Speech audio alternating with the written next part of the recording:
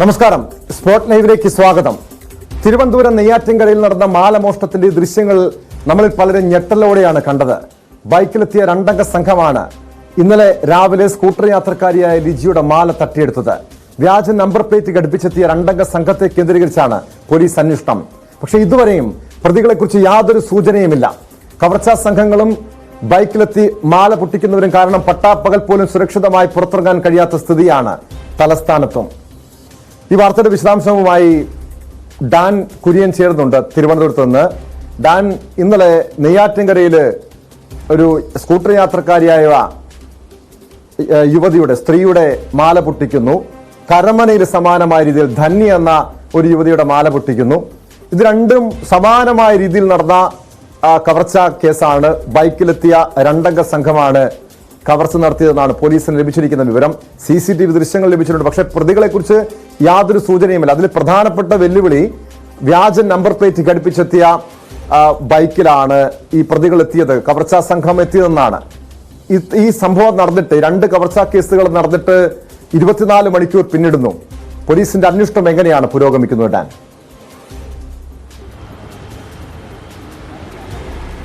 ഏറ്റവും കഴിഞ്ഞ ഒരാഴ്ചക്കിടയിൽ മാത്രം തലസ്ഥാന ജില്ലയിൽ വിവിധ പ്രദേശങ്ങളായി 5ഓളം മോഷണ കേസുകളാണ് വിവിധ സ്റ്റേഷനുകളായി രജിസ്റ്റർ ചെയ്തിരിക്കുന്നത്. അതിൽ ഒടുവിലത്തേതാണ് ഈ രണ്ട് മാല കവർന്ന കേസുകൾ. അതിൽ തന്നെ ഈ ലിജി എന്ന യുവതിയുടെ മാല ഇന്നലെ നെയ്യാറ്റിൻകരയിലെ പാറശാലയ്ക്കടുത്ത് പൂഴിക്കുന്ന് എന്ന് പറയുന്ന സ്ഥലത്ത് വെച്ചാണ് ഈ പിന്തുടർന്നെത്തിയ ലിജി ബൈക്കിൽ യാത്ര ചെയ്യുകയായിരുന്നു. അവിടെ പൂഴിക്കുന്ന് എന്ന സ്ഥലത്ത് വെച്ച് ഇവർ വാഹനം തിരിച്ച മറ്റൊരു വശത്തേക്ക് കയറുന്നതിനിടയിൽ പിന്തുടർന്നെത്തിയ രണ്ടംഗ സംഘം പിന്നാലെ എത്തി ഉടൻ തന്നെ മാല പൊട്ടിച്ച് കടന്നു കളയുകയായിരുന്നു.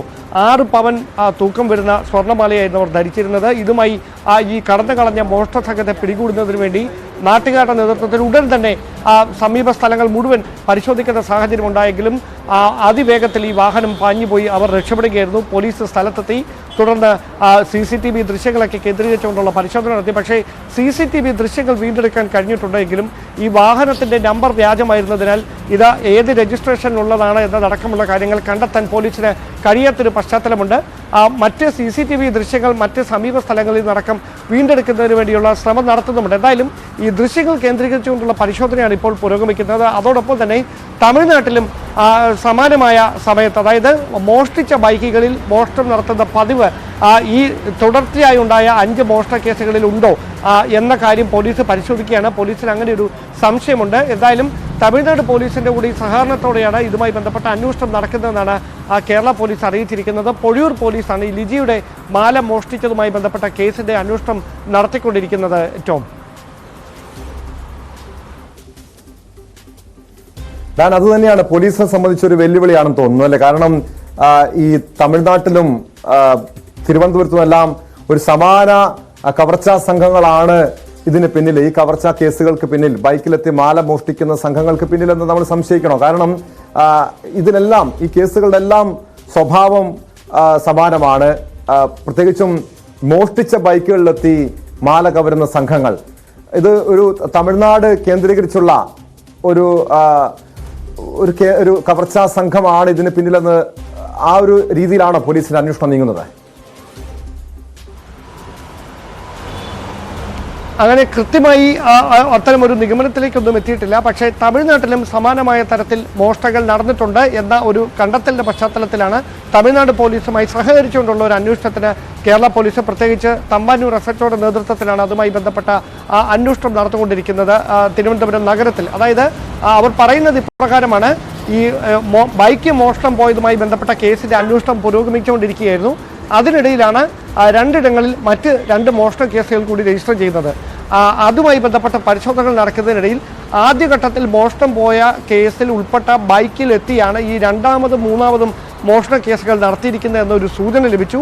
ആ സൂചനകളുടെ അടിസ്ഥാനത്തിലാണ് ഈ അന്വേഷണം നടക്കുന്നത് എന്നാണ് പോലീസിന് ലഭ്യമായിരിക്കുന്ന വിവരം.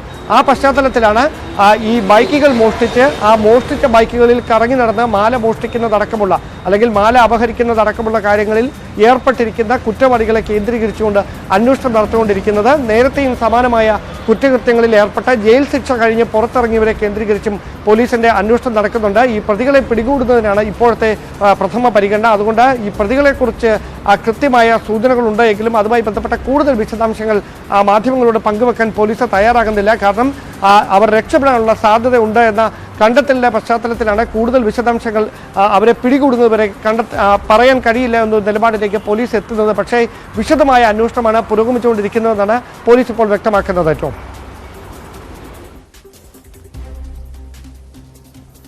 പ്രത്യേകിച്ച് ഈ തലസ്ഥാന ജില്ലയിൽ കഴിഞ്ഞ ഒരു മാസത്തിനിടെ നിരവധി മോഷണ കേസുകളാണ് റിപ്പോർട്ട് ചെയ്തത്. ഒരു മോഷണ പരമ്പര തന്നെയാണ് അവിടെ ഉണ്ടായിരിക്കുന്നത്. കഴിഞ്ഞ ഒരാഴ്ചക്കിടെ മാത്രം നഗരപരിധിയിൽ മാത്രം 5 കേസുകൾ, കവർച്ചാ കേസുകൾ, മോഷണ കേസുകൾ രജിസ്റ്റർ ചെയ്തു. അതിൽ പ്രധാനമായും ഈ റോഡിലൂടെ സഞ്ചരിക്കുന്ന കാൽനട യാത്രക്കാർ അതല്ലെങ്കിൽ ഇരുചക്ര യാത്രക്കാരായിട്ടുള്ള സ്ത്രീകളെ കേന്ദ്രീകരിച്ചുള്ള അല്ലെങ്കിൽ സ്ത്രീകളെ ലക്ഷ്യമിട്ടുള്ള ഒരു മോഷണം. സ്വർണത്തിന് വലിയ റെക്കോർഡ് വില 50,000 രൂപ ഒരു പവൻ സ്വർണത്തിന്. അതുകൊണ്ട് തന്നെ മറ്റു വീടുകളിൽ കയറി വലിയ റിസ്ക് എടുത്തുകൊണ്ട് ഇപ്പോൾ മോഷ്ടാക്കൾ ആ രീതിയിലൊരു കവർച്ചകൾക്ക് ശ്രമിക്കുന്നില്ല. അതിനപ്പുറം വളരെ എളുപ്പമാർഗം അവർ സ്വീകരിക്കുന്നു. യാത്രക്കാരുടെ മാല പൊട്ടിക്കുന്ന രീതിയിലേക്ക് കാര്യങ്ങൾ മാറുന്നു. എങ്ങനെ ഈ തലസ്ഥാന ജില്ലയിൽ മാത്രമല്ല കേരളത്തിലെമ്പാടും കാണാൻ കഴിയും. കഴിഞ്ഞ ദിവസം കോഴിക്കോട് പേരാമ്പ്രയിൽ അനു എന്ന 26-കാരിയെ കൊലപ്പെടുത്തിയ സംഭവം, അതും ബൈക്കിലെത്തിയ മോഷ്ടാവാണ് മോഷണത്തിനിടെ കൊലപ്പെടുത്തിയത്. അയാളും സമാനമായ ഒരു ആ കേസ് എടുത്തു നോക്കിയാലും ഇതേ രീതിയിൽ തന്നെ മോഷ്ടിച്ച ബൈക്കിലെത്തിയായിരുന്നു അനുവിനെ ആക്രമിച്ച് അനുവിന് ബൈക്കിൽ ലിഫ്റ്റ് നൽകി പിന്നീട് ആക്രമിക്കുന്നു, അവരുടെ സ്വർണം കവർച്ച ചെയ്യുന്നു, പിന്നീട് കൊലപ്പെടുത്തുന്ന സംഭവങ്ങൾ. ഇത്രയൊക്കെ ഗുരുതരമായിട്ടുള്ള സാഹചര്യം നമ്മുടെ സംസ്ഥാനത്തുണ്ടായിട്ടും പോലീസ് ഇതത്ര ഗൗരവത്തോടെ കാണുന്നില്ലേ? ഏത് രീതിയിലാണ് ഈ കേസുകളുടെയൊക്കെ അന്വേഷണം നീങ്ങുന്നത്? കാരണം ഈ പല തലസ്ഥാന ജില്ലയിൽ മാത്രം കേസെടുത്ത് നോക്കിയാൽ ഇതുവരെയും പല കേസുകൾക്കും യാതൊരു തുമ്പും ഉണ്ടായിട്ടില്ല.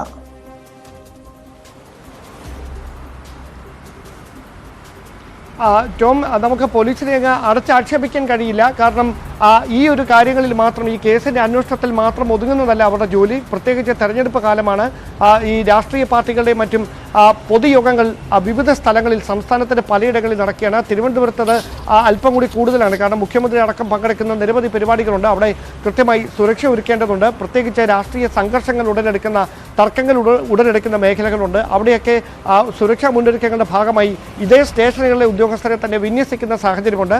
അതിനിടയിലാണ് ഈ മോഷണ സംഭവങ്ങൾ തുടർച്ചയായിട്ടുണ്ടാകുന്ന ഒരു പശ്ചാത്തലം ഉണ്ടായിരിക്കുന്നത്. എന്തായാലും പോലീസ് കാര്യക്ഷമമായ അന്വേഷണമാണ് നടത്തുന്നതെന്ന് ഒരു വശത്ത് പറയുമ്പോഴും മറുവശത്ത് പ്രതികളെ പിടികൂടാൻ വൈകുന്ന ഒരു പശ്ചാത്തലം ഉള്ളതാണ് ഈ ആശങ്ക വർദ്ധിപ്പിക്കുന്നത്. കാരണം സമാനമായ തരത്തിലാണ് 2 മാലമോഷണങ്ങൾ നടന്നിരിക്കുന്നത്. അത് ഇതുവരെ ആരാണ് അത് മോഷ്ടിച്ചുകൊണ്ട് പോയത് എന്ന് പോലും കണ്ടെത്താൻ കഴിയത്തില്ല. നമുക്കറിയാം 6 പവൻ സ്വർണം നഷ്ടപ്പെട്ട ലിജിയുടെ കുടുംബത്തിൻ്റെ വിശദീകരണം അതുമായി ബന്ധപ്പെട്ട് ഏറെ വേദനാജനകമായിട്ടുള്ള കാര്യമാണ്. കാരണം അത് പണയം വെച്ചിരുന്ന മാലയാണ്. ആ മാല കഴിഞ്ഞ ആഴ്ചയാണ് പണയം വീണ്ടെടുത്തത്. അത് ഇട്ട് കൊതി തീരുന്നതിന് മുമ്പാണ് മോഷ്ടാക്കൾ ഈ 6 പവൻ്റെ മാല അപഹരിച്ചുകൊണ്ട് പോകുന്ന ഒരു സാഹചര്യം ഉണ്ടായിരിക്കുന്നത്. ഈ പോലീസിന്റെ അന്വേഷണം പുരോഗമിക്കുന്നുണ്ട് എന്ന് പോലീസ് വിശദീകരണം നൽകുമ്പോഴും ദൃശ്യങ്ങൾ, CCTV ദൃശ്യങ്ങൾ മാത്രമാണ് തെളിവായി ലഭിച്ചിട്ടുള്ളത്. അതിനപ്പുറത്തേക്ക് ഈ വാഹനം ട്രേസ് ചെയ്യുന്നതടക്കമുള്ള നടപടിയിലേക്ക് കടക്കാൻ പോലീസിന് കഴിയാതിരിക്കുന്ന ഒരു പശ്ചാത്തലമുണ്ട്. അതുകൊണ്ട് തന്നെ ഈ പ്രതികളെ പിടികൂടാൻ വൈകുന്ന ഒരു സാഹചര്യം ഉണ്ടായാലും ഇവരിത് വിറ്റ് കളയുമോ എന്നതടക്കമുള്ള ആശങ്ക കുടുംബത്തിനുണ്ട്. അതവർ പങ്കുവെക്കുകയും ചെയ്യുന്നുണ്ട്. എന്തായാലും പോലീസിന്റെ അന്വേഷണം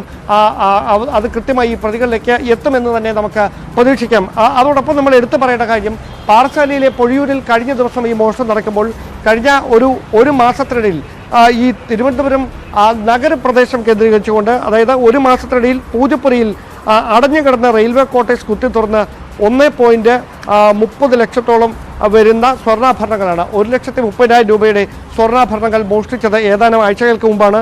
വട്ടിയൂർക്കാവിലെ PTP നഗറിലും വീട് കുത്തി തുറന്ന 35,000 രൂപയുടെ TV മോഷ്ടാക്കൾ എടുത്തുകൊണ്ടുപോയി. പിന്നീട് വള്ളക്കടവിലെ കടൂർത്തലയിലാണ് സമാനമായ തരത്തിൽ മോഷണം നടന്നത്. അതിനിടയിലാണ് തമ്പാനൂർ ബസ് സ്റ്റാൻഡിലേക്ക് പോകുന്ന വഴിയിൽ വീട്ടമ്മയുടെ മാല കവരുന്ന സംഭവം കഴിഞ്ഞ ഇടയ്ക്ക് ഉണ്ടായിരിക്കുന്നത്. ഇങ്ങനെ 5 മോഷണ കേസുകളാണ് തുടർച്ചയായി നഗരം കേന്ദ്രീകരിച്ചുകൊണ്ട് ഉണ്ടായിരിക്കുന്നത്. പക്ഷേ ഇതിലൊന്നും പ്രതികളെ കൃത്യമായി പിടികൂടാൻ പോലീസിന് കഴിയാത്ത ഒരു പശ്ചാത്തലം ഉണ്ടായിരിക്കുന്നു. അതുകൊണ്ട് തന്നെയാണ് തമിഴ്നാട്ടിൽ നിന്ന് അടക്കം എത്തിയിട്ടുള്ള മോഷണ സംഘത്തിൽ ഉൾപ്പെട്ടവരാണോ ഈ മോഷണത്തിന് പിന്നിലെന്ന ഒരു സംശയം ബലപ്പെടുത്തുന്ന സാഹചര്യത്തിലേക്ക് പോലീസും എത്തിയിരിക്കുന്നത്. അതുകൊണ്ടാണ് തമിഴ്നാട് പോലീസിന്റെ സഹകരണത്തോടു കൂടി ഇതുമായി ബന്ധപ്പെട്ട അന്വേഷണം നടന്നുകൊണ്ടിരിക്കുന്നതെന്നാണ് പോലീസ് നൽകുന്ന വിശദീകരണം. ടോം, വ്യക്തമാണ്. ഡാൻ കുര്യനാണ് വിവരങ്ങൾ നൽകിയത്. കവർച്ചാ സംഘങ്ങളെ കൊണ്ട് അവരുടെ ശല്യം കാരണം, അവരുടെ ആക്രമണത്തിൻ്റെ അല്ലെങ്കിൽ ഈ കവർച്ചാ സംഘങ്ങൾ അഴിഞ്ഞാടുന്നൊരു സാഹചര്യം കാരണം സാധാരണക്കാർക്ക് പുറത്തിറങ്ങി നടക്കാൻ പോലും കഴിയാത്തൊരു സാഹചര്യമാണുള്ളത്. കഴിഞ്ഞ ഒരാഴ്ചക്കിടെ 5 കവർച്ചാ കേസുകളാണ് തിരുവനന്തപുരം നഗരപരിധിയിൽ മാത്രം റിപ്പോർട്ട് ചെയ്തത്. പക്ഷെ ഒരൊറ്റ കേസിലും പോലീസിന് പ്രതികളെ കണ്ടെത്താനോ യാതൊരു തുമ്പും ലഭിക്കാനോ ഇതുവരെയും സാധിച്ചിട്ടില്ല. സ്പോട്ട് ലൈവിന് പരിശോധിക്കുന്നത് മറ്റൊരു വിഷയമാണ്. ആലുവയിൽ നിന്നും 3 പേരെ തട്ടിക്കൊണ്ടുപോയ കേസിലേക്കാണ് സ്പോട്ട് ലൈവിന് പോകുന്നത്. ആ കേസിൽ 2 പേരെ അറസ്റ്റ് ചെയ്തെങ്കിലും ഇപ്പോഴും ദുരൂഹത തുടരുകയാണ്. പരാതി ഒന്നും ലഭിക്കാത്തതിനാൽ ആരെയാണ് തട്ടിക്കൊണ്ടുപോയതെന്ന് പോലീസിന് കണ്ടെത്താനായിട്ടില്ല. അറസ്റ്റിലായ പ്രതികളിൽ നിന്നും കൂടുതൽ വിവരങ്ങൾ ശേഖരിക്കും. ഇരുവർക്കും ഗൂഢാലോചനയിൽ പങ്കുണ്ടെന്നാണ് പോലീസ് കണ്ടെത്തൽ. തട്ടിക്കൊണ്ടുപോകുന്നതിനിടെ പ്രതികൾ ഗൂഗിൾ പേ വഴി സാമ്പത്തിക ഇടപാടുകൾ നടത്തിയതായും പോലീസിന് വിവരം ലഭിച്ചു. മൊബൈൽ ഫോണുകളും CCTVകളും പരിശോധിച്ചാണ് അന്വേഷണം. സ്വർണ്ണക്കടത്ത്, കള്ളക്കടത്ത് സംഘങ്ങളിലേക്കും അന്വേഷണം നീങ്ങുന്നുണ്ട്. കൊച്ചിയിൽ നിന്ന് നവമി ദിനേശ് ചേരുന്നു വിവരങ്ങളുമായി. നവമി, ഈ ഞായറാഴ്ചയാണ് ആലുവയിൽ നിന്നും, ആലുവ നഗരപരിധിയിൽ നിന്നും 3 പേരെ തട്ടിക്കൊണ്ടുപോയത്. 2 ദിവസം പിന്നിടുന്നു, യാതൊരു വിവരവുമില്ല. ആരെയാണ് തട്ടിക്കൊണ്ടുപോയത് എന്ന് പോലും പോലീസിന് ഇതുവരെ കണ്ടെത്താൻ കഴിഞ്ഞിട്ടില്ല. ഏറ്റവും ഒടുവിൽ പോലീസ് അന്വേഷണത്തിന്റെ വിവരങ്ങൾ എന്താണ്?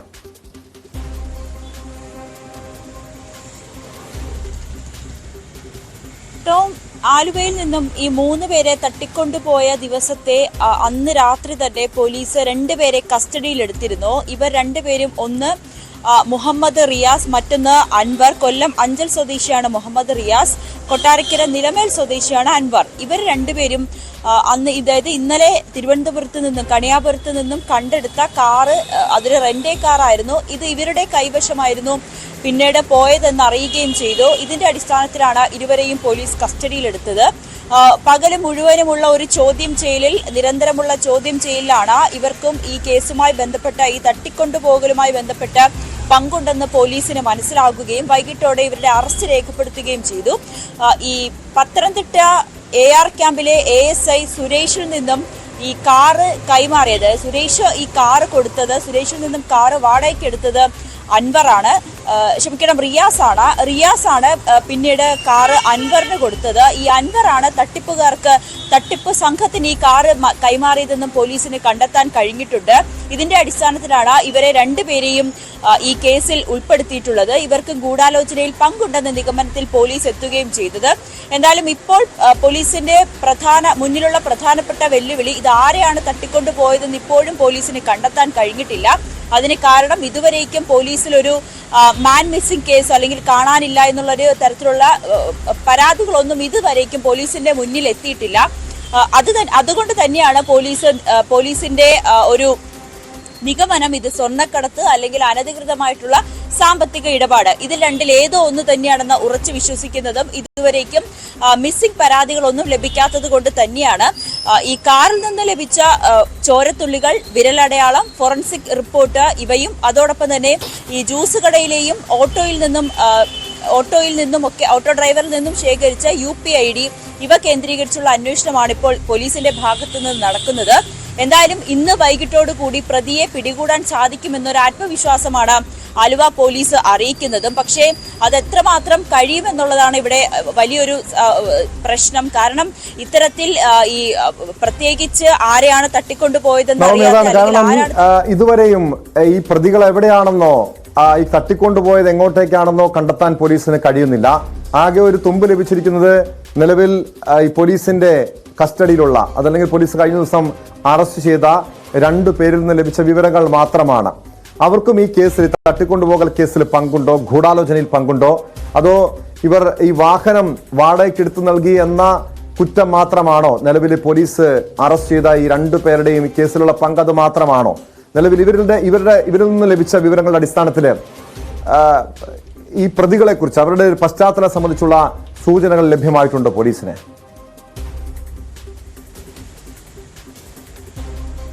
പോലീസ് അത്തരത്തിലുള്ള വിവരങ്ങളൊന്നും പുറത്തുവിടാൻ തയ്യാറായിട്ടില്ല. പോലീസ് പറയുന്നത് ഇവരെ 2 പേരുമാണ്, അതായത് ഈ കാറ് റെന്റിനെടുത്ത കാറ് ഈ തട്ടിക്കൊണ്ടുപോകുന്ന സംഘത്തിന് കൈമാറിയത് ഇവർ 2 പേരും വഴിയാണ്.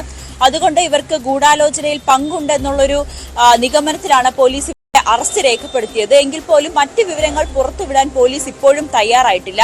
പോലീസിന്റെ മുന്നിലുള്ള മറ്റൊരു വെല്ലുവിളി ഇത്തരത്തിൽ ഈ ആരെയാണ് തട്ടിക്കൊണ്ടുപോയതെന്നോ അറിയാത്തൊരു സാഹചര്യത്തിൽ ഇനി പ്രതികളെയും ഇരയെയും കണ്ടെത്തിയാൽ പോലും ഇവരൊരു ഒത്തുതീർപ്പായ സാഹചര്യം ഉണ്ടെങ്കിൽ ഈ കേസുമായി മുന്നോട്ട് കൊണ്ടുപോകാൻ സാധിക്കില്ല. കാരണം കഴിഞ്ഞ വെള്ളിയാഴ്ച ഇത്തരത്തിൽ ആലുവ റെയിൽവേ സ്റ്റേഷന്റെ ഭാഗത്തു നിന്നും ഒരു കരുനാഗപ്പള്ളി സ്വദേശിയെ തട്ടിക്കൊണ്ടുപോവുകയും പിന്നീട് അദ്ദേഹത്തെ ആലപ്പുഴയിൽ നിന്നും കണ്ടെത്തുകയും ഒക്കെ ചെയ്തിരുന്നു. പിന്നീട് പോലീസിന്റെ മുന്നിൽ എത്തിയപ്പോൾ അദ്ദേഹം പറഞ്ഞത് തന്നെ ആരും തട്ടിക്കൊണ്ടുപോയിട്ടില്ല, അതുകൊണ്ട് തനിക്ക് പരാതിയൊന്നുമില്ല എന്നായിരുന്നു. പിന്നീട് പകുതി വഴി വെച്ച് പോലീസ് ഈ അന്വേഷണം അവസാനിപ്പിക്കേണ്ടി വന്നിരുന്നു. ഇതും അതേ ഒരു സാഹചര്യത്തിലേക്കാണോ പോകുന്നതെന്നുള്ളൊരു സംശയം കൂടി പോലീസിന്റെ ഭാഗത്തു നിന്നുണ്ട്. കാരണം 2 ദിവസം കഴിയുന്നു, പോലീസ് അന്വേഷണം നടക്കുന്ന ഒരു സാഹചര്യത്തിൽ ഇവർ തമ്മിൽ ഒത്തുതീർപ്പാകാനാണ് സാധ്യത എന്നുള്ള കാര്യം കൂടി പോലീസ് തള്ളിക്കളയുന്നില്ല. എന്തായാലും സ്വർണ്ണക്കടത്തോ കുഴൽപ്പണമോ നിയമവിരുദ്ധ സാമ്പത്തിക ഇടപാടും ഒക്കെ എന്നുള്ള രീതിയിൽ കൂടി പോലീസിന്റെ അന്വേഷണം നീളുന്നുമുണ്ട്. എന്തായാലും ഇത് 3 പേരെയാണ് തട്ടിക്കൊണ്ടുപോയതെന്നുള്ളൊരു വിലയിരുത്തലിലാണ് പോലീസ്. ആദ്യമുള്ളൊരു ദൃക്സാക്ഷി പറഞ്ഞത് ഒരാളെ തട്ടിക്കൊണ്ടുപോയി ആയിരുന്നു. പിന്നീടുള്ള അന്വേഷണത്തിലാണ് 3 പേരുണ്ടെന്ന് കണ്ടെത്തുകയും ചെയ്തത്. പക്ഷെ അത് ആരാണെന്നും ആരാണ് ഇവരെ തട്ടിക്കൊണ്ടുപോയതെന്നും ഇപ്പോഴും പോലീസിന് വ്യക്തമാക്കിയിട്ടില്ല. നിലവിലുള്ള പോലീസിന്റെ കയ്യിലുള്ള 2 പ്രതികളാണ്. അവരിൽ നിന്നും കൂടുതൽ വിവരങ്ങൾ ശേഖരിക്കുന്നുണ്ട് എന്നാണ് പോലീസ് പറയുന്നത്. എങ്കിൽ പോലും ഇവർക്ക് നേരിട്ട് ഈ കൃത്യത്തിൽ പങ്കുണ്ടോ എന്നതിൽ പോലീസിനും സംശയമുണ്ട്. പോലീസിനെ സംബന്ധിച്ച് അന്വേഷണം വഴിമുട്ടിയ സാഹചര്യമാണ്. പക്ഷെ നവമി സൂചിപ്പിച്ചതുപോലെ ഇതിനിടയ്ക്ക് തട്ടിക്കൊണ്ടുപോകലിനിടയ്ക്ക് ഒരു ഒത്തുതീർപ്പിനുള്ള സാധ്യതയുണ്ട്. സാമ്പത്തിക ഇടപാടാണെങ്കിലും അതല്ലെങ്കിൽ സ്വർണ്ണക്കടത്തുമായി ബന്ധപ്പെട്ട കുടിപ്പകയുമായി ബന്ധപ്പെട്ട പ്രശ്നങ്ങളാണെങ്കിൽ പോലും ഒരു സെറ്റിൽമെന്റിനുള്ള സാധ്യതയുണ്ട്. അതും പോലീസ് പരിശോധിക്കുന്നുണ്ടോ? ഒരുപക്ഷെ ഈ തട്ടിക്കൊണ്ടുപോയവരെ അതിനിടയ്ക്ക് വെച്ച് ഈ സാമ്പത്തിക ഇടപാട് ഒരു ഒത്തുതീർപ്പ് ഉണ്ടായാൽ അവരെ അല്ലെങ്കിൽ മോചിപ്പിക്കാനുള്ള ഒരു സാധ്യത കൂടി പോലീസ് കാണുന്നുണ്ടോ?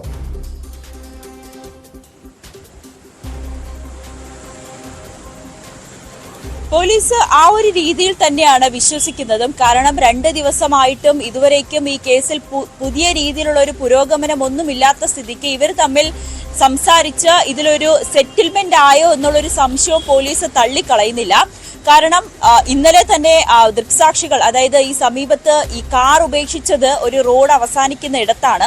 ഈ കാറിൽ നിന്ന് പ്രതികൾ രക്ഷപ്പെടുന്നു, ഈ പ്രതിയും ഇരയായപ്പെട്ടവരും രക്ഷപ്പെടുന്നു എങ്കിൽ പോലും ഇവർക്ക് അവിടെ നിന്ന് രക്ഷപ്പെടാനുള്ള ഒരു സാധ്യതയുണ്ട്. പക്ഷെ അതുപോലും നടന്നിട്ടില്ല. സമീപത്തൊരു വാക്കുതർക്കത്തിന്റെയോ അല്ലെങ്കിൽ നിലവിളി ശബ്ദമോ ഒന്നും തന്നെ പരിസരവാസികളൊന്നും അറിഞ്ഞിട്ടുമില്ല.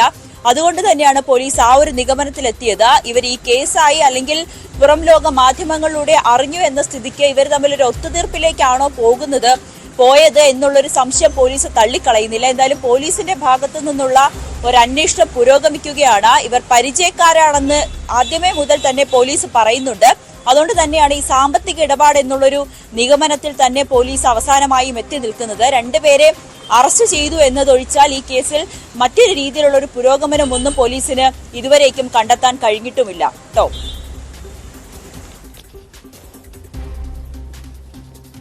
നവമീർ, കൂടുതൽ അറസ്റ്റ് ഉണ്ടാകുമെന്ന് പ്രതീക്ഷിക്കാമോ? കാരണം ഇന്നലെയാണ് ഈ കേസുമായി ബന്ധപ്പെട്ട് 2 പേരെ കസ്റ്റഡിയിലെടുക്കുന്നത്. 2 പേരുടെ അറസ്റ്റ് ഇന്നലെ വൈകിട്ടോടുകൂടി രേഖപ്പെടുത്തുന്നു. കൂടുതൽ അറസ്റ്റ്, ഈ കേസുമായി ബന്ധപ്പെട്ട് കൂടുതൽ പേരുടെ അറസ്റ്റ് ഉടൻ തന്നെ ഉണ്ടാകുമെന്ന് പ്രതീക്ഷിക്കാമോ?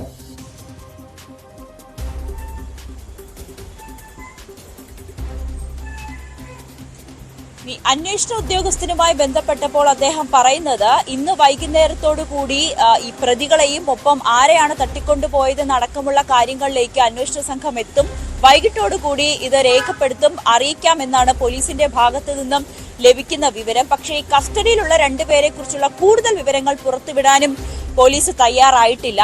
ഇവരെ തന്നെ, അതായത് ഈ തട്ടിക്കൊണ്ടുപോയ ദിവസം തന്നെ ഞായറാഴ്ച വൈകുന്നേരം തന്നെ ഇവരെ 2 പേരെയും, റിയാസിനെയും അൻവറിനെയും പോലീസ് കസ്റ്റഡിയിൽ എടുത്തിരുന്നു. പക്ഷെ അവരുടെ അറസ്റ്റ് രേഖപ്പെടുത്തിയതാകട്ടെ ഇന്നലെ വൈകിട്ടും കൂടിയാണ്. ഇവർക്ക് ഈ കേസുമായി നേരിട്ട് ബന്ധമില്ല എങ്കിൽ പോലും ഈ SIയുടെ കയ്യിൽ നിന്നും കാറ് റെന്റിന് വാടകയ്ക്ക് എടുത്തത് റിയാസ് ആണ്. റിയാസ് മറ്റൊരാൾക്കായി കൈമാറി. അയാളിൽ നിന്നാണ് അൻവർ ഈ വാഹനം എടുത്തത്. അൻവറാണ് ഈ തട്ടിക്കൊണ്ടുപോകുന്ന സംഘത്തിന് ഈ കാറ് കൈമാറിയതെന്നുള്ളൊരു വിവരം മാത്രമാണ് പോലീസിന് ലഭിക്കുന്നത്. പക്ഷെ അൻവർ അൻവറിനോ റിയാസിനോ ഈ കേസുമായി ബന്ധപ്പെട്ട് കൂടുതൽ ആളുകളെ അറിയുമോ എന്നതിലൊന്നും പോലീസ് ഇപ്പോൾ പ്രതികരിക്കുന്നില്ല. എന്തായാലും ഇന്ന് വൈകുന്നേരത്തോടു കൂടി പ്രതികളെ കണ്ടെത്താൻ കഴിയുമെന്നുള്ളൊരു ആത്മവിശ്വാസമാണ് പോലീസ് പ്രകടിപ്പിക്കുന്നത്. എങ്കിൽ പോലും ഇവർ തമ്മിൽ ഒത്തുതീർപ്പായി കഴിഞ്ഞാൽ വ്യക്തമാണ്. നവമി ദിനേശാണ് കൊച്ചിയിൽ നിന്നും വിവരങ്ങൾ നൽകിയത്.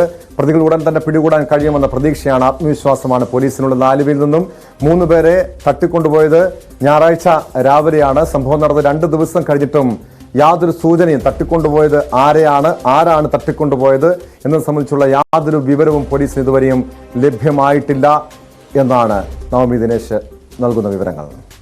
സ്പോട്ട് ലൈവിലേക്ക് തിരികെ എത്താം ഇടവേളയ്ക്ക് ശേഷം. സ്പോട്ട് ലൈവിലേക്ക് വീണ്ടും. കോഴിക്കോട് പേരാമ്പ്രയിലെ അനുവിന്റെ കൊലപാതകത്തിൽ പ്രതി മുജീബ് റഹ്മാനെ 4 ദിവസത്തെ പോലീസ് കസ്റ്റഡിയിൽ വിട്ടു. പ്രതിയെ നാളെ ബൈക്ക് മോഷ്ടിച്ച മട്ടന്നൂരിലും കൃത്യം നടത്തിയ സ്ഥലത്തും എത്തിച്ച് തെളിവെടുപ്പ് നടത്തും. ബൈക്ക് ഉപേക്ഷിച്ച എടവണ്ണപ്പാറയിലും ആഭരണങ്ങൾ വിട്ട കൊണ്ടോട്ടിയിലും മുജീബിനെ എത്തിച്ച് തെളിവെടുപ്പ് നടത്തിയിരുന്നു. മാർച്ച് 11-നാണ് അനുവിനെ വീടിന് സമീപത്തെ തോട്ടിൽ മരിച്ച നിലയിൽ കണ്ടെത്തിയത്. വാർത്തയുടെ വിശദാംശങ്ങളുമായി കോഴിക്കോട് നിന്ന് MS അനീഷ് കുമാർ ചേരുന്നുണ്ട്. അനീഷ്, ഈ പ്രതിയിലേക്ക് എത്താൻ പോലീസിന് ഏറെ പണിപ്പെടേണ്ടി വന്നു. പക്ഷേ ഈ സംഭവം നടന്ന, ഈ കൊലപാതകം നടത്തിയത്, അനുവിനെ മോഷണത്തിനിടെ കൊലപ്പെടുത്തിയത് മുജീബ് റഹ്മാൻ എന്ന് ചോദ്യം ചെയ്യലിൽ തന്നെ പ്രതി തുറന്ന് സമ്മതിക്കുന്നുണ്ട്. ഇനി തെളിവെടുപ്പ് 4 ദിവസത്തെ പോലീസിന്റെ കസ്റ്റഡിയിൽ വിട്ടിരിക്കുകയാണ്. തെളിവെടുപ്പല്ലാതെ മറ്റെന്തൊക്കെ നടപടിക്രമങ്ങളായിരിക്കും പോലീസിന്റെ ഭാഗത്തുനിന്നുണ്ടാവുക? ടോം, അനുവിന്റെ കൊലപാതകവുമായി ബന്ധപ്പെട്ട് വളരെ വിശദമായ അന്വേഷണം നടത്തേണ്ടതുണ്ടെന്ന് പോലീസ് പേരാമ്പ്ര ജുഡീഷ്യൽ 1ാം ക്ലാസ് മജിസ്ട്രേറ്റ് കോടതിയിൽ അറിയിച്ചു. ഇതിന്റെ അടിസ്ഥാനത്തിലാണ് ഇപ്പോൾ 4 ദിവസം പോലീസ് കസ്റ്റഡിയിൽ എത്തിയിരിക്കുന്നത്. കൊലപാതകത്തിനൊപ്പം ബൈക്ക് മോഷണം അടക്കമുള്ള കാര്യങ്ങൾ ഈ പ്രതിക്കെതിരെ ചുമത്തിയിട്ടുണ്ട്. കാരണം മട്ടന്നൂരിലെ മുൻ പഞ്ചായത്ത് പ്രസിഡന്റിന്റെ വീട്ടിൽ നിന്നുമാണ് പ്രതി ബൈക്ക് മോഷ്ടിച്ചത്. അതിനുശേഷം സമീപത്തുള്ള വീട്ടിൽ നിന്നും ഹെൽമറ്റും മോഷ്ടിച്ചാണ് ഈ അല്ലിയൻ തോറ താഴെ എന്ന ഈ തോട്, അതായത് ഈ അഴിവ് മരിച്ചു കിടന്ന സ്ഥലത്തേക്ക് എത്തിയത്. അതിനുശേഷമാണ് ഈ കൊലപാതകം നടത്തുകയും സ്വർണം അപഹരിച്ച് കടന്നുകളയുകയും ചെയ്തു. അതുകൊണ്ട് ബൈക്ക് മോഷ്ടിച്ച ഇടത്തു നിന്നുമാണ് പോലീസിന്റെ ഈ തെളിവെടുപ്പ് നടപടികൾ ആരംഭിക്കുക. പിന്നീട് ഈ ആഭരണങ്ങൾ വിറ്റ കൊണ്ടോട്ടിയില് അബൂബക്കർ എന്ന ആൾക്കാണ് ഈ ആഭരണങ്ങൾ വിറ്റത്. ആ ആഭരണങ്ങൾ പിന്നീട് ഒരുക്കി മാറ്റുകയായിരുന്നു എന്നാണ് മൊഴി ലഭിച്ചിരിക്കുന്നത്. എന്തായാലും അവിടെയും എത്തിക്കും. എന്തായാലും ഈ അനുവിന് മരിക്കുന്നതിൽ കാണപ്പെട്ട റോഡിന് സമീപം എത്തിക്കുക, അല്ലെങ്കിൽ അവിടെ തെളിവെടുപ്പ് നടത്തുക തന്നെയാണ് ഏറ്റവും ദുഷ്കരമായ കൃത്യമെന്നാണ് നമുക്ക് മനസ്സിലാക്കാൻ കഴിയുന്നത്. കാരണം ഈ നാട്ടുകാർ വലിയ പ്രതിഷേധത്തിലാണ്. ജനമനസാക്ഷി ഒന്നടങ്കം ഈ മുജീബ് റഹ്മാന് എതിരെ തിരിയുന്ന ഒരു സാഹചര്യമുണ്ട്. കാരണം വീട്ടിൽ നിന്നും മറ്റൊരിടത്തേക്ക്, ഭർത്താവിന്റെ വീട്ടിലേക്ക് പോകുന്നതിനായി ഇറങ്ങിയപ്പോൾ ലിസ്റ്റ് നൽകാനെന്ന വ്യാജേന വാഹനത്തിൽ കയറ്റി കൊണ്ടുപോയാണ് ഈ സ്വർണം കവരാൻ ശ്രമിക്കുകയും പിന്നീട് ക്രൂരമായ കൊലപാതകം നടത്തുകയും ചെയ്ത്. മുമ്പും സമാനമായ കുറ്റകൃത്യങ്ങളിൽ ഉൾപ്പെട്ട ആളാണ് മുജീബ് എന്ന് പോലീസ് പറയുന്നു. കാരണം 57 ക്രിമിനൽ കേസുകളിലാണ് മുജീബ് പ്രതിയായിട്ടുള്ളത്. ഇത്തരം ഒരു സാഹചര്യത്തിൽ വലിയ എതിർപ്പ് ജനങ്ങളുടെ ഭാഗത്തു നിന്നും ഉയരുമെന്ന കാര്യം ഉറപ്പാണ്. നേരത്തെ ഈ മുക്കം സ്വദേശിനിയായ ഒരു വയോധികയെ ക്രൂരമായി ബലാത്സംഗം ചെയ്ത് അവരുടെ ആഭരണങ്ങൾ കവർന്ന് കടന്നുകളഞ്ഞതടക്കമുള്ള സംഭവങ്ങളുണ്ട്. അതുകൊണ്ട് ഇത്തരം തെളിവെടുപ്പുകൾ പോലീസിനെ സംബന്ധിച്ചിടത്തോളം അങ്ങേറ്റം വെല്ലുവിളി നിറഞ്ഞതാണ്. 4 ദിവസങ്ങളിൽ ഈ നടപടിക്രമങ്ങൾ പൂർത്തിയാക്കാനാണ് ഇപ്പോൾ പോലീസ് ആലോചിച്ചിട്ടുള്ളത്.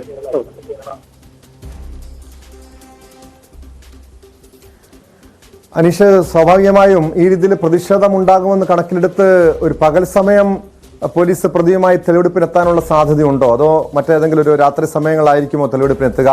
എന്താണ് ഈ സംഭവം നടന്ന, അതായത് അനുവിനെ മോഷണത്തിനിടെ കൊലപ്പെടുത്തിയ സംഭവ സ്ഥലത്തേക്ക് പ്രതിയെ ഏത് രീതിയിലായിരിക്കും എത്തിക്കുക എന്നത് സംബന്ധിച്ച് എന്തെങ്കിലും സൂചനകളുണ്ടോ അനീഷ്? പോലീസ് അക്കാര്യം ഇതുവരെ വ്യക്തമാക്കില്ല ഏത് സമയത്താണ് എത്തിക്കുന്നത്. കാരണം വലിയ നാട്ടുകാരുടെ പ്രാദേശികമായ വലിയ പ്രതിരോധം അല്ലെങ്കിൽ പ്രതിഷേധം ഇക്കാര്യത്തിൽ ഇയാൾക്ക് നേരെ ഉയരുമെന്ന കാര്യം ഉറപ്പാണ്. കാരണം പുറത്തു വരുന്ന ഓരോ വിവരങ്ങളും അങ്ങേയറ്റം ഒരു ഭീകരമായ കുറ്റകൃത്യങ്ങൾ അല്ലെങ്കിൽ മനുഷ്യ മനസാക്ഷിയെ ഞെട്ടിക്കുന്ന തരത്തിലുള്ള ക്രൂരതകളാണ് ഇയാൾ ചെയ്തതെന്നാണ്. 20-ാം വയസ്സിൽ ഒരു കൊലപാതക കേസിൽ പ്രതിയായാണ് ഇയാളുടെ കുറ്റകൃത്യങ്ങളുടെ ലോകത്തേക്ക് ഇയാൾ കടന്നത്. പിന്നീട് ആ കേസിൽ വെറുതെ വിട്ടെങ്കിൽ പോലും ഈ കുറ്റകൃത്യത്തിന്റെ പാതയിൽ നിന്നും പിന്തിരിയാൻ തയ്യാറാവാതെ പിന്നീട് വീണ്ടും മോഷണങ്ങളും കൊലപാതക ശ്രമങ്ങളും ബലാത്സംഗവും പോക്സോ കേസും ഒക്കെയായി അങ്ങേയറ്റം കുറ്റകൃത്യങ്ങളുടെ ഒരു ലോകത്തേക്കായിരുന്നു ഇയാളുടെ സഞ്ചാരം. അടുത്തിടെ പോലും ഒരു ക്രിമിനൽ കേസിൽ പെട്ട് ജാമ്യത്തിൽ ഇറങ്ങി നിൽക്കുമ്പോഴാണ് ഇത്തരമൊരു കൊലപാതകത്തിലേക്ക് ഇയാൾ തിരികുകയും ചെയ്ത് വളരെ ചുരുങ്ങിയ സമയങ്ങൾക്കുള്ളിൽ 10 മിനിറ്റ് കൊണ്ട് ഒരു മനുഷ്യജീവൻ അപഹരിച്ച ഒരു കൊലയാളിയാണ് ഇയാൾ. കാരണം അനുവിനെ ആ വീട്ടിൽ നിന്നും കയറ്റിക്കൊണ്ട് പോകുന്നു. കുറച്ചു ദൂരം കഴിയുമ്പോൾ തന്നെ തനിക്ക് മൂത്രമൊഴിക്കാനുണ്ട് എന്ന് പറഞ്ഞ് വാഹനം നിർത്തുന്നു. തിരിഞ്ഞു നിന്ന യുവതിയുടെ തലയ്ക്ക് അടിച്ച് വീഴ്ത്തുന്നു. പിന്നീട് പുഴയിൽ അല്ലെങ്കിൽ തോട്ടിലേക്ക് തള്ളി മരണം ഉറപ്പാക്കും വരെ വെള്ളത്തിൽ മുക്കി വെക്കുന്നു. അതിനുശേഷം ശരീരത്തെ ആഭരണങ്ങൾ അഴിച്ചു മാറ്റുന്നു. അരിഞ്ഞാണമുണ്ടോ എന്നറിയുന്നതിനെ ചുരിദാർ പോലും മാറ്റി പരിശോധിക്കുന്ന അവസ്ഥയിലേക്ക് അങ്ങേയറ്റം ക്രൂരമായി ചിന്തിക്കുന്ന ഒരു ആളാണ്. അതുകൊണ്ട് അത്തരത്തിൽ ഒരു പ്രതിഷേധം ഉയർന്നുള്ള സാധ്യതകൾ തള്ളിക്കളയാൻ കഴിയില്ല. ഇത്രയധികം കേസുകളിൽ പ്രതിയായിട്ടും എന്തുകൊണ്ട് പുറം ലോകത്ത് ശൗര്യവിഹാരം നടത്താൻ ഇയാൾക്ക് കഴിയുന്നു എന്ന ചോദ്യം പല കോണുകളിൽ നിന്ന് ഉയരുന്നുണ്ട്. പല കേസുകളിൽ പെട്ടിട്ടുണ്ടെങ്കിലും ആ കേസുകളിലൊക്കെ അതുതന്നെയാണ് അനീഷ് പൊതുസമൂഹത്തിൽ ഇത്തരം ഒരു ചോദ്യം ഉയരുന്നത്. അനീഷ് സൂചിപ്പിച്ചതുപോലെ 57ഓളം ക്രിമിനൽ കേസുകളിൽ പ്രതിയായ ഒരു കൊടും കുറ്റവാളിക്ക് എങ്ങനെ നാട്ടിൽ പുറത്തിറങ്ങി നടക്കാൻ കഴിയുന്ന ഒരു സാഹചര്യം എങ്ങനെയാണ് എന്നതിന് നമ്മുടെ നിയമ സംവിധാനങ്ങൾ പോലും മറുപടി പറയേണ്ടതാണ്. പക്ഷെ അനീഷ്, മറ്റൊരു കേസിൽ ജയിൽ മോചിതന ജാമ്യം കിട്ടി പുറത്തിറങ്ങിയ ശേഷമാണ് ഈ മുജീബ് റഹ്മാൻ അനുവിനെ മോഷണത്തിനിടെ മർദ്ദിച്ച് കൊലപ്പെടുത്തുന്നത്. ഇപ്പോൾ ഇയാൾ പിടിയിലുമായിട്ടുണ്ട്. ഈ ജയിൽവാസത്തിന് ശേഷം പുറത്തിറങ്ങിയ ആ ഒരു കാലയളവിൽ മറ്റേതെങ്കിലും ക്രിമിനൽ കേസുകളിൽ ഇയാൾ ഉൾപ്പെട്ടിട്ടുണ്ടോ, അതോ പോലീസിന്റെ പിടിയിൽപ്പെടാതെ നേരത്തെ ഈ ഒരു സംഭവത്തിന് പിന്നാലെയാണ് ഈ ബൈക്ക് മോഷണ കേസിലേക്കും കാര്യങ്ങൾ എത്തുന്നത്. അപ്പോൾ അങ്ങനെയാണെങ്കിൽ കണക്കെടുത്ത് നോക്കിയാൽ ഈ 57 കേസിനപ്പുറം ഒരു നിരവധി കേസുകളിലെ പ്രതിയാണ് ഈ മുജീബ് റഹ്മാൻ എന്ന് കൂടി കാണേണ്ടതല്ലേ, കണക്കാക്കേണ്ടതല്ലേ? ആ രീതിയിലും പോലീസ് അന്വേഷിക്കുന്നുണ്ടോ ഈ കാലയളവിൽ? അതായത് ജയിലിൽ നിന്നും പുറത്തിറങ്ങിയത് മുതൽ ഈ അനുവിനെ കൊലപ്പെടുത്തിയ കേസിൽ പിടിയിലാകുന്നവരെയുള്ള കാലയളവിലും നിരവധി ക്രിമിനൽ കേസുകളിൽ, അത് മോഷണം ഉൾപ്പെടെയുള്ള കേസുകൾ ഇയാൾ ഉൾപ്പെട്ടിട്ടുള്ളതായിട്ട് എന്തെങ്കിലും സൂചനകളുണ്ടോ? ടോം ഏറ്റവും ഒടുവിൽ ഇയാൾക്കെതിരെ എടുത്ത കേസ് 5 മാസം മുമ്പ് കിഴിശ്ശേരിയിലെ ആക്രിക്കടയിൽ മോഷണം നടത്തിയുമായി ബന്ധപ്പെട്ടാണ്. ഈ കേസിൽ ജാമ്യത്തിലിറങ്ങി നിൽക്കുന്നതിനിടെയാണ് മറ്റൊരു കുറ്റകൃത്യം ചെയ്തത്. നമുക്കറിയാം, മുക്കത്ത് നിന്നും ഒരു അതിജീവിത ഇന്നലെ തന്റെ വെളിപ്പെടുത്തിയില്ല, അല്ലെങ്കിൽ ഇയാൾക്ക് ഒരിക്കലും വെറുതെ വിടരുത് എന്ന് ചൂണ്ടിക്കാട്ടി രംഗത്തെത്ത് നമുക്കറിയാം. 2020 നടന്ന സംഭവമാണ്. ഈ 65കാരിയുടെ ഓട്ടോറിക്ഷയിൽ ഈ വൃദ്ധ കയറുകയായിരുന്നു. അതിനുശേഷം ഓട്ടോറിക്ഷ തകരാറിലെന്ന് എന്ന് ചൂണ്ടിക്കാട്ടി വാഹനം നിർത്തുകയും പിന്നീട് അല്പസമയം വാഹനത്തിനുള്ളിൽ ഇരുന്നാൽ ഈ വാഹനം ശരിയാവും, അവർ ഉദ്ദേശിക്കുന്ന സ്ഥലത്ത് ഇറക്കാമെന്ന് പറയുകയും പിന്നീട് അവരെ ക്രൂരമായി അതിക്രമിച്ചു. അതിനുശേഷം ആളൊഴിഞ്ഞ ഒരു പറമ്പിലെത്തി ക്രൂരമായി ബലാത്സംഗം ചെയ്തു. അതിനുശേഷം അവരുടെ ആഭരണങ്ങളും അപഹരിച്ച് കടന്നു കളയുന്ന ഇത്തരത്തിൽ ചിലപ്പോൾ കണക്കിൽപ്പെടാത്ത അല്ലെങ്കിൽ പരാതി നൽകാത്ത അപമാനഭാരം ഭയന്നും പുറത്തു പറയാത്ത സംഭവങ്ങളും ഒരുപക്ഷെ ഉണ്ടാവാനുള്ള സാധ്യതകളുണ്ട്. അത്തരത്തിൽ പോലും കണക്കിലെടുക്കാതിരുന്നാൽ 57 കുറ്റകൃത്യങ്ങൾ ഇയാൾക്കെതിരെ ഉണ്ട് എന്ന് പോലീസ് കൃത്യമായി പറയുമ്പോഴും നേരത്തെ നമ്മൾ സംസാരിച്ച പോലെ തന്നെ എങ്ങനെ ഇത്രയും ഒരു കൊടും കുറ്റവാളിക്ക് ഓരോ കേസുമായി ബന്ധപ്പെട്ട് അറസ്റ്റിലാകുന്നു, അല്ലെങ്കിൽ നിയമ നടപടികൾക്ക് വിധേയമാവുന്നു, പിന്നെയും പൊതു സമൂഹത്തിലേക്ക് ഇറങ്ങുന്നു, വീണ്ടും ഇരകളെ കണ്ടെത്തുന്നു, അതിനുശേഷം വീണ്ടും ജയിലിൽ പോകുന്നു, വീണ്ടും പുറത്തിറങ്ങുന്നു. എങ്ങനെ ഒരു 57 കേസുകളിൽ പ്രതിയായ ഒരാൾക്ക് എങ്ങനെ സ്വസ്ഥതയോടെ സ്വൈര്യവിഹാരം നടത്താൻ കഴിയുന്നു എന്ന് നമുക്ക് ഇപ്പോഴും ചിന്തിക്കേണ്ട വിഷയം തന്നെയാണ്. ഇയാളെ കീഴടക്കാൻ പോയപ്പോഴും നമുക്കറിയാം, മാരകായുധങ്ങളുമായി ഇയാൾ മുറിക്കുള്ളിൽ കഴിയുന്നു. ഓടിപ്പൊളിച്ചു ചാടി പോലീസിന്റെ ആ വലയത്തിൽ നിന്നും രക്ഷപ്പെടാനുള്ള ശ്രമം വീണ്ടും നടത്തുന്നു. പക്ഷേ സാഹസികമായി തന്നെ പോലീസുകാർ ഇടപെട്ട് ഇയാളെ പിടികൂടി. നമുക്ക് എന്തായാലും ഒരു കാര്യം ചിന്തിക്കാം, കുറച്ചു നാളത്തേക്കെങ്കിലും ഇയാൾക്ക് ഇനിയിപ്പോൾ പുറത്തേക്ക് ഇറങ്ങാൻ കഴിയാത്ത വിധം ഭദ്രമായ രീതിയിൽ പ്രോസിക്യൂഷൻ അല്ലെങ്കിൽ പോലീസ് കാര്യങ്ങൾ മുന്നോട്ട് കൊണ്ടുപോകുമെന്നും കരുതാം. നേരത്തെ ആദ്യ കൊലപാതക കേസിൽ രക്ഷപ്പെട്ട പോലെ, അല്ലെങ്കിൽ പഴുതുകൾ അടച്ചുള്ള മറ്റു കേസുകളിൽ രക്ഷപ്പെട്ട പോലെ ഇയാൾക്ക് ഈ കേസിൽ രക്ഷപ്പെടാൻ കഴിയില്ല എന്ന് നമുക്ക് വിചാരിക്കാം. കൃത്യമായ ശാസ്ത്രീയമായ രീതിയിലുള്ള അന്വേഷണങ്ങൾ നിലവിൽ ഈ കേസിൽ ഉണ്ടായിട്ടുണ്ട്. അതുകൊണ്ട് തന്നെ കൃത്യമായ മുൻ ഒരുക്കങ്ങളും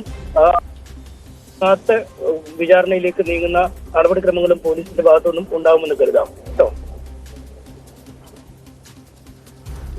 വ്യക്തമാണ്. കോഴിക്കോട് നിന്ന് MS അനീഷ് കുമാറാണ് വിവരങ്ങൾ നൽകിയത്. കോഴിക്കോട് പേരാമ്പ്രയിൽ അനു എന്ന 26കാരിയെ യുവതിയെ കൊലപ്പെടുത്തിയ കേസിൽ പ്രതി മുജീബ് റഹ്മാനെ 4 ദിവസത്തെ പോലീസ് കസ്റ്റഡിയിൽ വിട്ടിരിക്കുകയാണ്. പ്രതിയുമായി പോലീസിന്റെ തെളിവെടുപ്പും വിശദമായി ചോദ്യം ചെയ്യലും ഉടൻ തന്നെ ഉണ്ടാകും.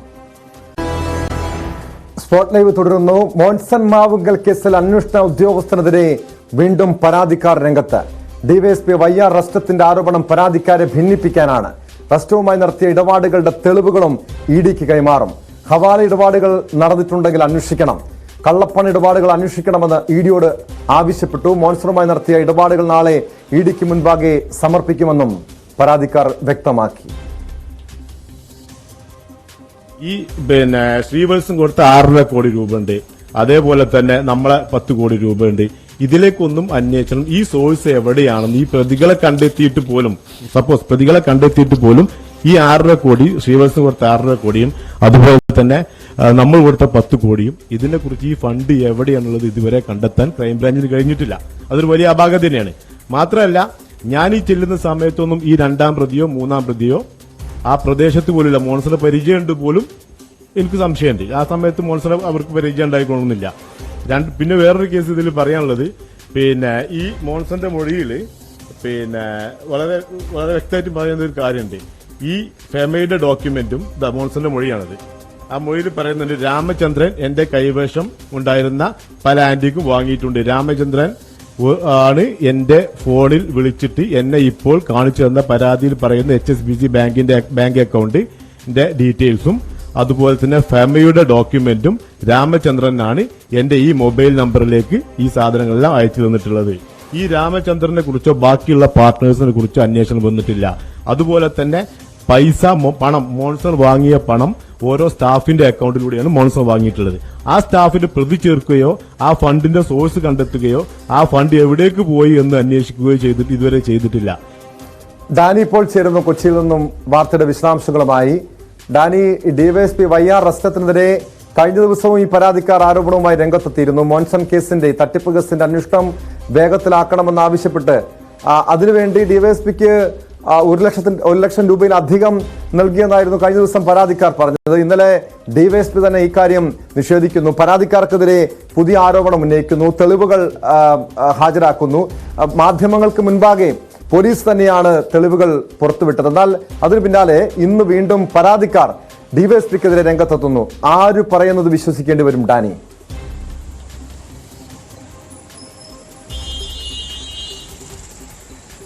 ടോം, മോൺസൺ മാവുങ്കൽ മുഖ്യപ്രതിയായ ഈ പുരാവസ്തു തട്ടിപ്പ് കേസിൽ ഇപ്പോഴും അതിൻ്റെ ഒരു യഥാർത്ഥ വസ്തുതകളിലേക്ക് കടന്നു ചെന്നിട്ടില്ല എന്നതാണ് സത്യം. കാരണം ഇവർ ഈ കാര്യങ്ങളെല്ലാം പറയുമ്പോഴും ഇപ്പോഴും നമുക്ക് പൊതുജനത്തിന് തന്നെ അല്ലെങ്കിൽ മാധ്യമങ്ങൾക്ക് തന്നെയും ഇതിൽ മനസ്സിലാകുന്ന ചില വസ്തുതയുണ്ട്. ഇതിൻ്റെ യഥാർത്ഥ സോഴ്സുകളിലേക്ക്, യഥാർത്ഥ വസ്തുതകളിലേക്ക് അന്വേഷണം കടന്നു ചെന്നിട്ടുണ്ടോ എന്ന കാര്യത്തിൽ ഇപ്പോഴും അതൊരു ചോദ്യചിഹ്നമായി തന്നെ തുടരുകയും ചെയ്യുന്നുണ്ട്.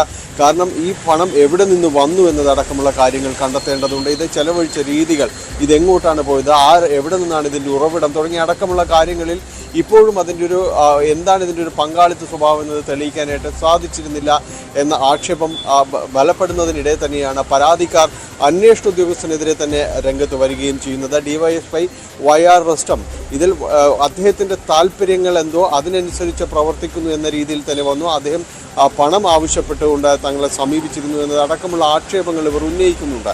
ഇതിന് ആനുപാതികമായ തെളിവുകൾ തങ്ങളുടെ പക്കലുണ്ട് എന്ന് ഇവർ പറയുകയും ചെയ്യുന്നു. ഇതിനിടയിലാണ് കഴിഞ്ഞ ദിവസം മോൺസൺ മാവുങ്കലിൻ്റെ വീട് പരിശോധനയ്ക്ക് ക്രൈംബ്രാഞ്ച് എത്തുന്നത്. ഇവിടെ നിന്ന് പല ആൻറ്റി കളക്ഷനുകളും നഷ്ടപ്പെട്ടുവെന്ന് മോൺസൺ മാവുങ്കലിൻ്റെ മകൻ്റെ പരാതിയുടെ അടിസ്ഥാനത്തിലൊക്കെയാണ് ഇവിടേക്ക് പോലീസ് വരുന്നത്.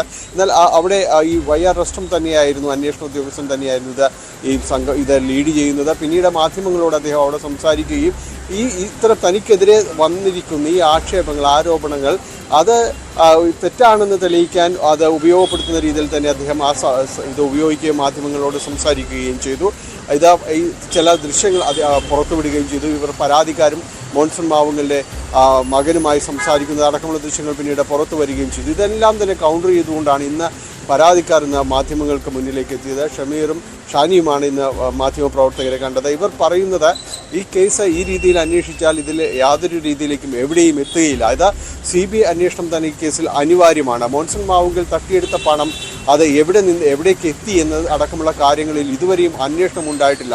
ഇപ്പോൾ നടക്കുന്ന അന്വേഷണങ്ങൾ അത്തരം കൃത്യതയോടെ ഉള്ളതല്ല എന്ന് ഇവർ ചൂണ്ടിക്കാണിക്കുകയും ചെയ്യുന്നു. തങ്ങൾ കൈമാറിയത് ഹവാല പണമാണ് എന്ന് വരുത്തി തീർക്കാനുള്ള വലിയ ശ്രമങ്ങൾ അന്വേഷണ ഉദ്യോഗസ്ഥനായ YR റസ്റ്റത്തിൻ്റെ ഭാഗത്തു നിന്നുണ്ടാകുന്നുണ്ട്. പക്ഷേ തങ്ങൾ കൈമാറിയ പണം അത് കൃത്യമായ പണം തന്നെയാണ്. അത് കള്ളപ്പണമൊന്നുമല്ല, ഹവാല പണമല്ല, അതിന് കൃത്യമായ രേഖകളുണ്ട്. ഈ വസ്തുതകളെല്ലാം തങ്ങൾ കൈമാറാൻ തയ്യാറാണ്. ED അടക്കമുള്ള അന്വേഷണ ഏജൻസികൾ അതിൻ്റെ ഒരു ഇടപാടുകൾ അന്വേഷിക്കട്ടെ. തങ്ങളുടെ കൈവശമുള്ള തെളിവുകൾ നാളെ EDക്ക് കൈമാറുകയും ചെയ്യും. അവർ അവരുടേത് രീതിയിൽ ഇത്തരം കാര്യങ്ങൾ സംബന്ധിച്ച് കൃത്യമായ രീതിയിലുള്ള അന്വേഷണത്തിലേക്ക് പോട്ടെ.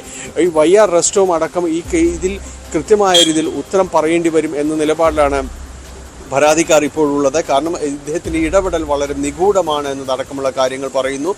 മോൺസൺ മാവുങ്കലിൻ്റെ കമ്പനിയെ സംബന്ധിച്ച് വ്യക്തമായ രീതിയിലേക്ക് ഒരു അന്വേഷണത്തിലേക്ക് പോകുന്നില്ല.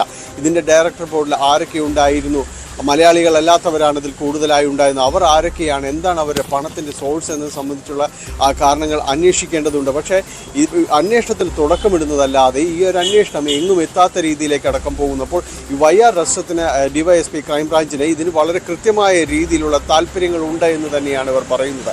ആ താല്പര്യങ്ങൾ അത് പുറത്തു വരേണ്ടതുണ്ട്. അതിൽ CBI അന്വേഷണം അടക്കമുള്ള കാര്യങ്ങൾ ഈ ഘട്ടത്തിൽ നടന്നാൽ മാത്രമേ ഇനിയെങ്കിലും ഈ അന്വേഷണം അപ്പോൾ ഇത് സത്യം പുറത്തു വരാൻ കഴിയും. ഇപ്പോൾ തന്നെ അതെന്ത് താല്പര്യമായിരിക്കണം ഡാനി? കാരണം ഇന്നലെ നമ്മൾ DYSP YR റസ്റ്റത്തിന്റെ ഒരു ശരീരഭാഷ തന്നെ ശ്രദ്ധിച്ചാൽ മനസ്സിലാക്കാൻ കഴിയും. അദ്ദേഹം സാധാരണ രീതിയിലല്ല മാധ്യമങ്ങൾ ഉൾപ്പെടെ സംസാരിക്കുന്നത്, പ്രതികരിക്കുന്നത്. കാരണം ഈ മോൺസൺ മാവുങ്കലിന്റെ വീട്ടിൽ കവർച്ച നടന്നു, മോഷണം നടന്നു തുടങ്ങിയ കേസുമായി ബന്ധപ്പെട്ട് ഇന്നലെ ക്രൈംബ്രാഞ്ചിന്റെ പരിശോധന കൊച്ചിയിലെ വസതിയിൽ, മോൺസൺ മാവുങ്കലിന്റെ വസതിയിൽ നടന്നിരുന്നു. അവിടെ മാധ്യമങ്ങൾക്കെല്ലാം വീട്ടിലേക്ക് പ്രവേശനം നൽകുന്നു. എല്ലായിടത്തും എല്ലാ സ്ഥലങ്ങളും നമുക്ക് ക്യാമറയിൽ പകർത്താനൊക്കെ പോലീസ്, ഈ ക്രൈംബ്രാഞ്ച് അനുമതി നൽകുന്നു. ആ രീതിയിൽ ഇന്നലത്തെ ഒരു ശരീരഭാഷ തന്നെ നമ്മളൊന്ന് ശ്രദ്ധിക്കണം. കാരണം ഇവിടെ എന്തൊക്കെയോ മറയ്ക്കാനുണ്ട് എന്ന രീതിയിൽ, അല്ലെങ്കിൽ ഈ പരാതിക്കാർ ഉന്നയിച്ചതുപോലുള്ള ഗുരുതരമായിട്ടുള്ള ആരോപണം, ഒരു അന്വേഷണ ഉദ്യോഗസ്ഥൻ, ഒരു കേസിന്റെ അന്വേഷണ ഉദ്യോഗസ്ഥൻ തന്നെ ഈ രീതിയിൽ പണം തങ്ങളുടെ കൈവശത്ത് നിന്ന് വാങ്ങി എന്ന വെറുതെ ഒരു ആരോപണം ഉന്നയിക്കുമോ? പ്രത്യേകിച്ചും ഈ ഒരു കേസിന്റെ ഒരു അന്വേഷണ ഘട്ടത്തിൽ.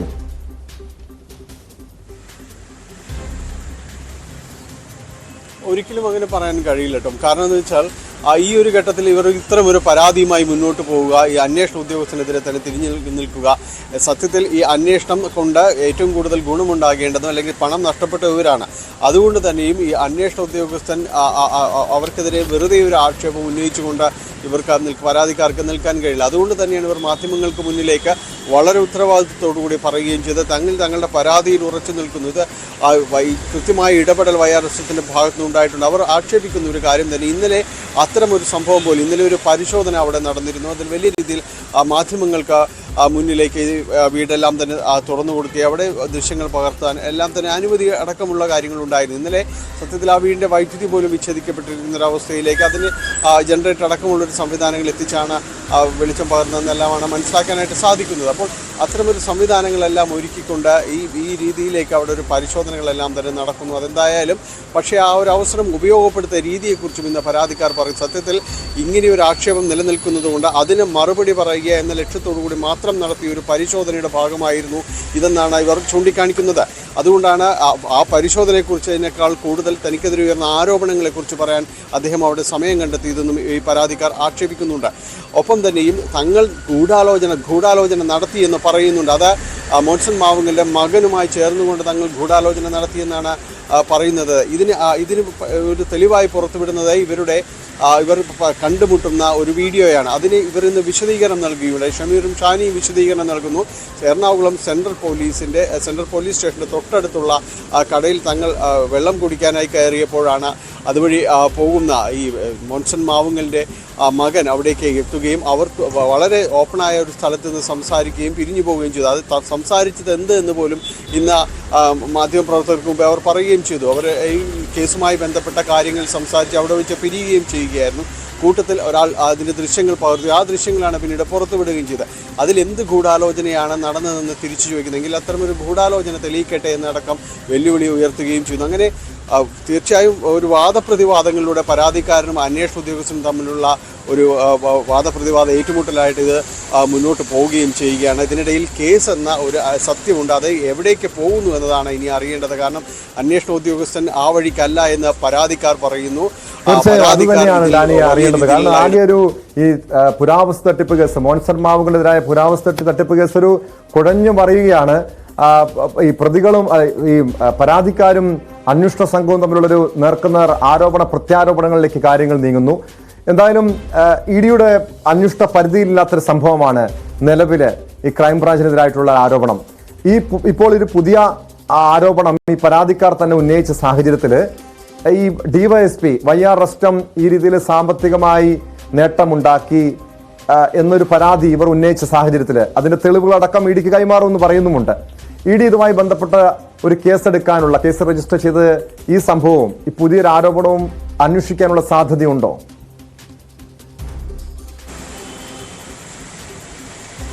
ഇപ്പോഴത്തെ അവസ്ഥയിൽ അതിന് സാധ്യതയുണ്ട് ടോം. കാര്യം ഇപ്പോൾ പറയുന്നത് YR റെസ്റ്റോറൻറ്റിൻ്റെ വാക്കുകൾ തന്നെയായിരുന്നു. ഇത് ഹവാല പണമാണ് എന്ന് പറയുമ്പോൾ പരാതിക്കാർ പറയുന്നത് തങ്ങളുടെ പണം യഥാർത്ഥത്തിലുള്ളതാണ്, തങ്ങളുടെ പണം ഹവാലയാണ് അല്ലെങ്കിൽ കള്ളപ്പണമായിട്ട് ഉപയോഗിച്ചതാണ് എന്നൊരു വാക്ക് അന്വേഷണ ഉദ്യോഗസ്ഥൻ്റെ ഭാഗത്തു നിന്ന് വരുന്നുണ്ടെങ്കിൽ അത് ED അന്വേഷിക്കേണ്ടതാണ് എന്നവർ പറയുന്നു.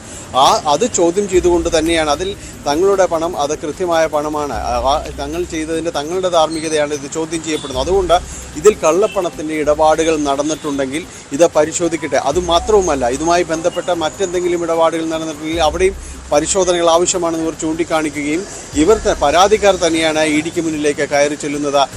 ഇത് സംബന്ധിയായ കൃത്യമായ ഒരു അന്വേഷണം നടത്തണം. അതുമാത്രവുമല്ല, ഇതിൽ അന്വേഷണ ഉദ്യോഗസ്ഥൻ്റെ ഭാഗത്തു നിന്ന് ഇടപാടുകൾ ഉണ്ടായിരുന്നെങ്കിൽ അതും ഈ അന്വേഷണത്തിൻ്റെ പരിധിയിലേക്ക് അതും കൊണ്ടുവരേണ്ടതാണ് എന്ന് ഇവർ പറയുകയും ചെയ്യുന്നത്. സത്യത്തിൽ EDക്ക് മുന്നിലേക്ക് ഈ മോൺസൺ മാവുങ്കൽ കേസുമായി ബന്ധപ്പെട്ട ഒരു വഴി ഈ പരാതിക്കാരിലൂടെ തുറക്കപ്പെടുകയാണ്. അതിന് ആനുപാതികമായ തെളിവുകൾ അടക്കമുള്ള കാര്യങ്ങൾ ഇവർ കൈമാറുമെന്ന് പറയുന്നു. എന്തായാലും EDയുടെ അന്വേഷണത്തിൻ്റെ റഡാറിൽ കൂടി ഇപ്പോൾ മോൺസൺ മാവുങ്കൽ പ്രതിയായ കേസ് വരികയാണ്. ഇതിൽ കള്ളപ്പണം ഉണ്ട് എന്ന ആക്ഷേപം ഉന്നയിച്ച അന്വേഷണ ഉദ്യോഗസ്ഥൻ്റെ വാക്കുകൾ അതിനെ ചുറ്റി തന്നെയാണ് പരാതിയായിട്ട് ഈ പരാതിക്കാർ ഇപ്പോൾ EDക്ക് മുന്നിലേക്ക് ചെല്ലുന്നത് എന്നതാണ് വിരോധാഭാസം. ടോം,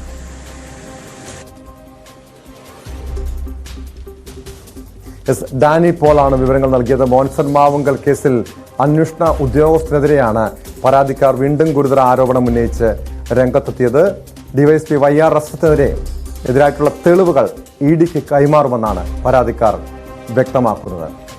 വേദനിപ്പിക്കുന്നൊരു വാർത്തയാണ് സ്പോട്ട് ലൈവ് പരിശോധിക്കുന്നത്. തിരുവനന്തപുരം മുക്കോലയിൽ ടിപ്പറിൽ നിന്നും കല്ല് തെറിച്ചു വീണ് ബൈക്ക് യാത്രികനായ യുവാവിന്റെ ദാരുണാന്ത്യം. മുക്കോല സ്വദേശിയായ അനന്തുവാണ് മരിച്ചത്. നെയ്യാറ്റിങ്കര നിംസിലെ 4ാം വർഷ BDS വിദ്യാർത്ഥിയാണ് അനന്തു. വിശദാംശങ്ങളുമായി തിരുവനന്തപുരത്ത് നിന്ന് ഡാൻ കുര്യൻ ചേരുന്നുണ്ട്. ഡാൻ, എങ്ങനെയാണ് ഈ സംഭവം, ഈ അപകടമുണ്ടായത്? ഏറ്റവും ഇന്ന് രാവിലെയാണ് ഇത്തരത്തിൽ ഒരു അപകടമുണ്ടായേക്കുന്നത്. അതിൽ BDS വിദ്യാർത്ഥിയായ നെയ്യാറ്റിങ്കരയിലെ സ്വകാര്യ സ്ഥാപനത്തിൽ ദന്തൽ വിദ്യാർത്ഥിയായ ആനന്ദുവിനാണ് ജീവൻ നഷ്ടപ്പെട്ടത്. ഈ അദാനി പോർട്ടിലേക്ക്, വിഴിഞ്ഞം ഇൻ്റർനാഷണൽ സീ പോർട്ടിലേക്ക് കരിങ്കല്ലുമായി എത്തിയ ലോറിയിൽ നിന്ന് അമിത ഭാരമായിരുന്നു ഈ ലോറിയിൽ ഉണ്ടായിരുന്നത് എന്ന വിവരങ്ങളാണ് ലഭിക്കുന്നത്. അതിൽ നിന്നൊരു കല്ല് തെറിച്ച് അനന്തുവിൻ്റെ ദേഹത്തേക്ക് വീഴുകയായിരുന്നു. ഉടനെ ഗുരുതരമായി പരിക്കേറ്റതിനെ തുടർന്ന് സ്വകാര്യ ആശുപത്രിയിലേക്ക് മാറ്റി. പക്ഷേ അല്പസമയത്തിനകം ജീവൻ നഷ്ടപ്പെടുന്ന സാഹചര്യമാണ് ഉണ്ടായത്. എന്തായാലും സ്ഥലത്ത് ഇതേ തുടർന്ന് വലിയ സംഘർഷാവസ്ഥയായി. യൂത്ത് കോൺഗ്രസ് ഉൾപ്പെടെയുള്ള യുവജന സംഘടനകളുടെ നേതൃത്വത്തിൽ അല്പസമയത്തിനകം വിഴിഞ്ഞം തുറമുഖ കവാടത്തിലേക്ക് പ്രതിഷേധ മാർച്ച് നടക്കുകയാണ്. ഏറ്റവും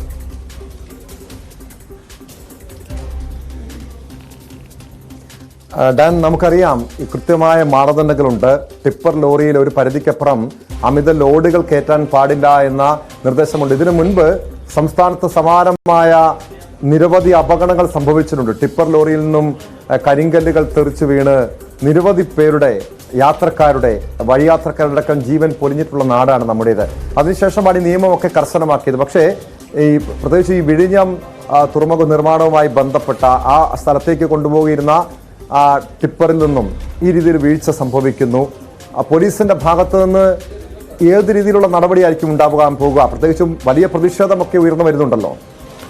മനഃപൂർവ്വമല്ലാത്ത നരഹത്യയ്ക്ക് കേസെടുക്കുന്ന തരത്തിലേക്കായിരിക്കാം പോലീസിന്റെ നടപടികൾ വരിക എന്നാണ് സൂചന. എന്തായാലും 24 വയസ്സ് മാത്രമാണ് അനന്തുവിന് പ്രായം. വിഴിഞ്ഞത്തിനടുത്ത മുക്കോലയിൽ വെച്ചാണ് ഈ സംഭവം ഉണ്ടായത്. ഈ മുക്കോലയിൽ കൂടി അനന്തു പഠിക്കുന്ന സ്ഥാപനത്തിലേക്ക് പോവുകയായിരുന്നു എന്ന് വേണം നമുക്ക് മനസ്സിലാക്കാൻ. അങ്ങനെ പോകുന്നതിനിടയിലാണ് ഈ ടോറസ് ലോറി, അതായത് ഈ കരിങ്കല്ലുകളുമായി വിഴിഞ്ഞം തുറമുഖ കവാടത്തിലേക്ക് പോവുകയായിരുന്ന ലോറികളിൽ ഒന്നിൽ നിന്ന് ഈ കല്ല് അലക്ഷ്യമായി തെറിച്ച് വീഴുകയായിരുന്നു. ആ തെറിച്ച് ശരീരത്തിൽ പതിച്ച ഉടൻ തന്നെ വാഹനത്തിൽ നിന്ന് അനന്തു തെറിച്ച് വീണു. അപ്പോൾ തന്നെ സാരമായി പരിക്കേറ്റിട്ടുണ്ടായിരുന്നു. ഉടൻ തന്നെ സ്വകാര്യ ആശുപത്രിയിലേക്ക് അനന്തുവിനെ മാറ്റുകയും ചെയ്തു. പക്ഷേ പരിക്ക് ഗുരുതരമായിരുന്നതിനാൽ കാര്യമായ ജീവൻ രക്ഷാ ശ്രമങ്ങളൊന്നും ഫലം കാണുന്ന സാഹചര്യം ഉണ്ടായില്ല. വൈകാതെ തന്നെ മരണം സംഭവിക്കുകയായിരുന്നു. എന്തായാലും സംസ്ഥാനത്ത് ഇതിനു മുമ്പും ഈ ടിപ്പർ ലോറികൾ ഇടിച്ചിട്ടുള്ള ഒരുപാട് അപകടങ്ങൾ ഉണ്ടായിട്ടുണ്ട്. ഉണ്ടായിട്ടുണ്ട്. അപ്പോഴൊക്കെയും സുരക്ഷാ മാനദണ്ഡങ്ങൾ പാലിക്കുന്നതിന്റെ ഭാഗമായി പ്രധാനമായി പോലീസും മോട്ടോർ വാഹന വകുപ്പും ഒക്കെ മുമ്പോട്ട് വെക്കുന്ന പ്രധാനപ്പെട്ട ഒരു പോംവഴി എന്ന് പറയുന്നത് തിരക്ക് കൂടുതലുള്ള സമയത്ത് ടിപ്പർ ലോറികൾ അല്ലെങ്കിൽ മണലുമായോ കല്ലുമായോ ഒക്കെ പോകുന്ന ലോറികളുടെ സമയക്രമത്തിൽ മാറ്റം വരുത്തിക്കൊണ്ട് രാത്രികാലങ്ങളിൽ കൂടുതൽ ഇതുമായി ബന്ധപ്പെട്ട സർവീസുകൾ നടത്തുന്നതിനുള്ള സൗകര്യമൊരുക്കി കൊടുക്കുകയായിരുന്നു. പക്ഷേ ഇപ്പോൾ ആ വ്യവസ്ഥകളിലൊക്കെ മാറ്റം വന്നിരിക്കുന്നു, അല്ലെങ്കിൽ അറിഞ്ഞോ അറിയാതെ ബോധപൂർവം അത് തെറ്റിക്കുന്ന സാഹചര്യമുണ്ടായിരുന്നു. എന്തായാലും വലിയ തിരക്കുള്ള സമയമാണ് രാവിലെ. ജോലി സ്ഥലങ്ങളിലേക്കും വിദ്യാഭ്യാസ സ്ഥാപനങ്ങളിലേക്കുമൊക്കെ വിദ്യാർത്ഥികളും ജീവനക്കാരുമൊക്കെ പോകുന്ന സമയമാണ്. ആ സമയത്ത് ഈ ടോറസ് ലോറികളിൽ ഈ കരിങ്കല്ലും മറ്റുമായി പോകുന്ന വഴി അത് വലിയ തരത്തിലുള്ള അപകടങ്ങൾക്ക് വഴിവെക്കുന്ന സാഹചര്യം ഉണ്ടാകാനുള്ള സ്ഥിതിവിശേഷമുണ്ട്. അങ്ങനെ അശ്രദ്ധ മൂലം അമിതഭാരം കയറ്റി വന്ന ഈ ലോറിയിൽ നിന്ന് കല്ല് മുക്കോല ജംഗ്ഷനിലെത്തിയപ്പോൾ തെറിച്ച് വീഴുകയായിരുന്നു. ഈ ബൈക്കിൽ ഒരാൾ മാത്രം ഉണ്ടായിരുന്നത് കൊണ്ടാണ് അത് ഒരു ജീവൻ നഷ്ടപ്പെടുന്ന സാഹചര്യത്തിലേക്ക് നയിച്ചത്. നമുക്കറിയാം, സാധാരണയായി വഴിയെ ഈ ബൈക്കിന് പിന്നിലിരുത്തിക്കൊണ്ട് കുട്ടികളുമൊക്കെയായി രക്ഷിതാക്കളുമൊക്കെ പോകുന്ന ഒരു സ്ഥലമാണ്. അതുകൊണ്ടാണ് കൂടുതൽ ഒരു ആളപായം ഉണ്ടാകാത്ത തരത്തിൽ അവിടെ ആളുകളുടെ തരത്തിൽ വലിയ പ്രതിഷേധമൊക്കെ ഉയരുന്ന ഒരു പശ്ചാത്തലം കൂടി ഉണ്ടായിരുന്നു. എന്തായാലും ഏത് തരത്തിലുള്ള നടപടികളിലേക്കായിരിക്കും പോലീസ് പോവുക, മോട്ടോർ വാഹന വകുപ്പ് ഇനി അങ്ങോട്ട് പോവുക എന്നൊക്കെയുള്ളത് കാത്തിരുന്ന് തന്നെ കാണേണ്ടി വരും. പക്ഷേ തുറമുഖ കവാടത്തിലേക്ക് ഇതിൽ പ്രതിഷേധം രേഖപ്പെടുത്തിക്കൊണ്ട് യുവജന സംഘടനകൾ ഈ സ്കൂൾ സമയ പരിധിയിൽ ഈ ടിപ്പർ ലോറികൾക്കൊക്കെ നിയന്ത്രണം ഏർപ്പെടുത്തിയതാണ്. ഈ രീതിയിൽ അമിതമായ വേഗതയിൽ ടിപ്പർ ലോറികളുടെ ചീറിപ്പാഞ്ഞുള്ള യാത്രകൾ കാരണം വലിയ അപകടങ്ങളൊക്കെ അടിക്കടി ഉണ്ടായ ശേഷമാണ് ഈ രീതിയിൽ നമ്മുടെ നാട്ടില് നിയമം കർശനമാക്കിയത്. ഇപ്പോൾ ഈ യുവാവിന്, ഈ അനന്തു വന്ന യുവാവിൻ്റെ ജീവൻ നഷ്ടപ്പെട്ടൊരു സാഹചര്യത്തിൽ നിയമം അല്പം കൂടി കർശനമാകാനുള്ളൊരു സാധ്യതയുണ്ടോ? ആ രീതിയിലുള്ളൊരു സാധ്യത കൂടി പരിശോധിക്കണോ?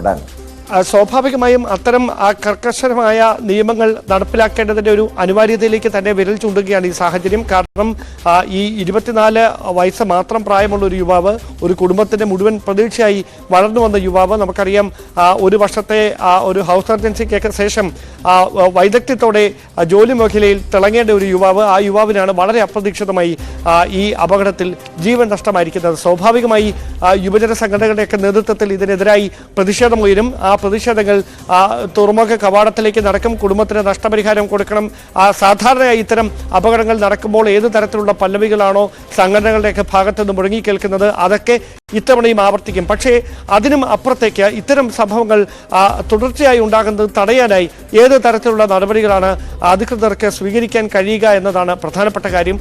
അവിടെയാണ് ഈ നിയമങ്ങൾ വീണ്ടും കർശനമായി നടപ്പിലാക്കേണ്ടതിൻ്റെ അനിവാര്യതയിലേക്ക് കൂടി കാര്യങ്ങൾ എത്തിച്ചേരുന്നത്. ഈ സമയക്രമത്തിൽ മാറ്റം വരുത്തുക, അതായത് റോഡിൽ ഈ വാഹനങ്ങൾ കൂടുതലായി ഓടുന്ന, അല്ലെങ്കിൽ സ്കൂളിലേക്കും മറ്റ് സ്ഥാപനങ്ങളിലേക്കുമൊക്കെ ജീവനക്കാരും വിദ്യാർത്ഥികളുമൊക്കെ പോകുന്ന സമയത്ത് ടിപ്പർ ലോറികളിൽ മണ്ണും ഇത്തരത്തിൽ കല്ലുകളുമൊക്കെ കയറ്റിക്കൊണ്ടു പോയാൽ അത് സമാനമായ തരത്തിലുള്ള അപകടങ്ങൾക്ക് വീണ്ടും വഴിവെക്കുന്ന സാഹചര്യമുണ്ടാകും.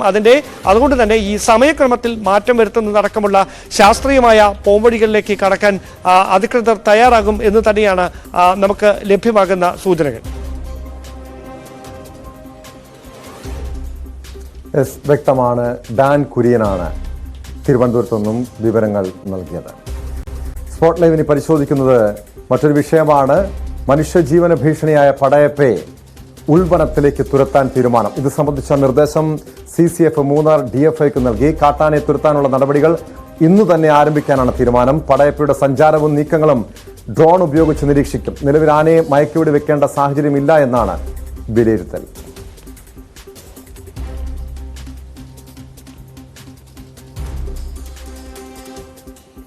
പ്രിൻസ് ജെയിംസ് ചേരുന്നു വിശദാംശങ്ങളുമായി. പ്രിൻസ്, നിലവിലെ പടയപ്പയെ കാട് കയറ്റാൻ വനംവകുപ്പ് തീരുമാനിച്ചിട്ടുണ്ട്. ഇന്ന് തന്നെ നടപടി ഉണ്ടാകുമോ?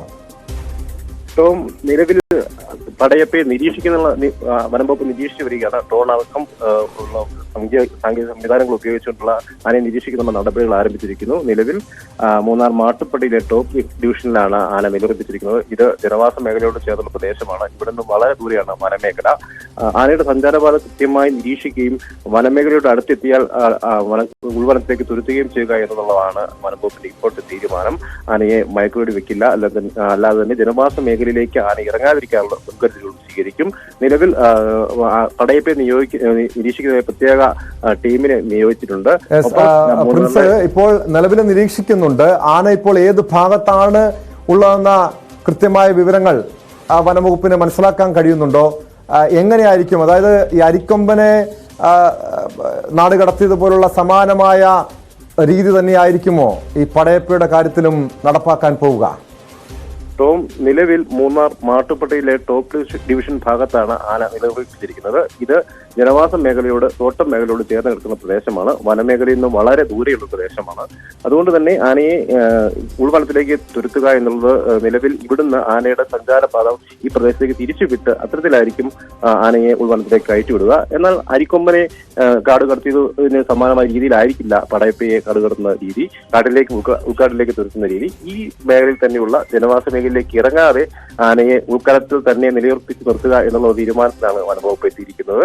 ഈ വീണ്ടും മൂന്നാറിലെ ജനവാസ മേഖലയിലേക്ക് വരാതിരിക്കാനുള്ള ശ്രമങ്ങളാണ് വനംവകുപ്പ് സ്വീകരിക്കുന്നത്. ഏതാനും മാസങ്ങളായി മൂന്നാറിലെ ജനവാസ മേഖലയിലാണ് പടയപ്പ നിലയുറപ്പിച്ചിരിക്കുന്നത്. ഉൾക്കാട്ടിലേക്ക് പലപ്പോഴും മടങ്ങാറില്ല. എല്ലാ ദിവസവും തന്നെ തോട്ടം മേഖലയിലെ ഏതെങ്കിലും ഭാഗത്ത് നിലയുറപ്പിക്കുന്നു. മുൻകാലങ്ങളിൽ നിന്ന് വ്യത്യസ്തമായി പലപ്പോഴും അക്രമ സ്വഭാവവും ആന കാണിക്കുന്നുണ്ട്.